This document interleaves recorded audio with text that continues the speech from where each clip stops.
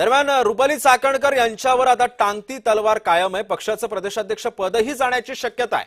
पक्षश्रेष्ठी चाकणकर यांचा राजीनामा घेणार असल्याची माहिती सूत्रांकडून मिळतेय। खरात प्रकरणी महिला आयोगाच्या राजीनाम्यानंतर पक्षाचंही पद जाणार का या संदर्भामध्ये साशंकता होती, मात्र आता एक बैठक सुद्धा पार पडली आणि पक्षश्रेष्ठी चाकणकर यांचा राजीनामा घेणार असल्याचं सूत्रांकडून समजतंय। आणि या संदर्भामध्ये अधिक माहिती जाणून घेत माझी सहकारी ज्योत्स्ना गंगणे सध्या आपल्या सोबत आहे। ज्योत्स्ना, रुपाली चाकणकरांचं महिला प्रदेशाध्यक्ष पद सुद्धा जाण्याची शक्यता आहे आणि आता राजीनामा सुद्धा घेणार असल्याचं बोललं जातंय। कोणाची नावं यामध्ये चर्चेत आहेत?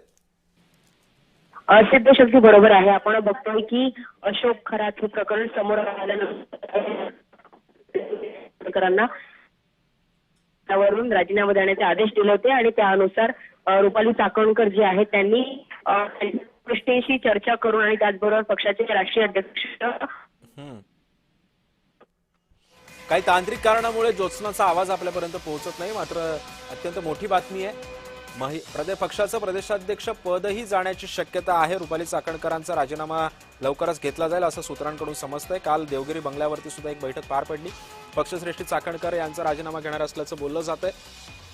पक्षाचं प्रदेशाध्यक्ष पदही जाण्याची शक्यता यामुळे मध्ये वर्तवण्यात आली आहे।